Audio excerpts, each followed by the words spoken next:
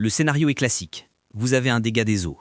L'expert de l'assurance passe chez vous, il reste 10 minutes, il prend 3 photos et une semaine plus tard, le verdict tombe. Défaut d'entretien, indemnisation 0 €. Vous vous retrouvez avec vos murs pourris et vos yeux pour pleurer. Surtout ne signez rien. Ce rapport n'est pas la loi, c'est juste une opinion. Aujourd'hui, je vais vous donner l'arme juridique pour casser ce rapport, forcer l'assurance à payer et ensuite utiliser la loi Hamon pour leur dire adieu. Il faut comprendre une chose fondamentale. L'expert que l'assurance envoie, c'est l'expert de l'assurance, pas le vôtre. Son métier, c'est d'évaluer les dégâts, mais son client, c'est la compagnie qui le paie. S'il peut classer le dossier en vétusté ou défaut de joint, ça arrange tout le monde, sauf vous. C'est ce qu'on appelle une expertise unilatérale. Et légalement, ça ne vaut pas grand-chose si vous la contestez.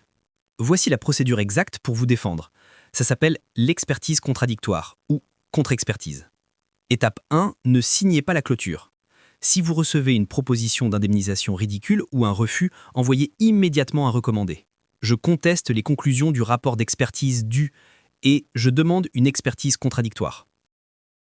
Étape 2, engagez votre expert, l'expert d'assuré. C'est là que la magie opère. Vous allez mandater un expert d'assuré. C'est un professionnel indépendant qui travaille pour vous. Il va revenir chez vous, refaire les mesures et surtout, il va organiser une réunion avec l'expert de l'assurance. Ça change tout. Ce n'est plus vous contre l'assureur, c'est expert contre expert. Ils parlent le même langage technique. Et bizarrement, quand un expert d'assuré est là, les défauts d'entretien imaginaires disparaissent souvent. La question de l'argent.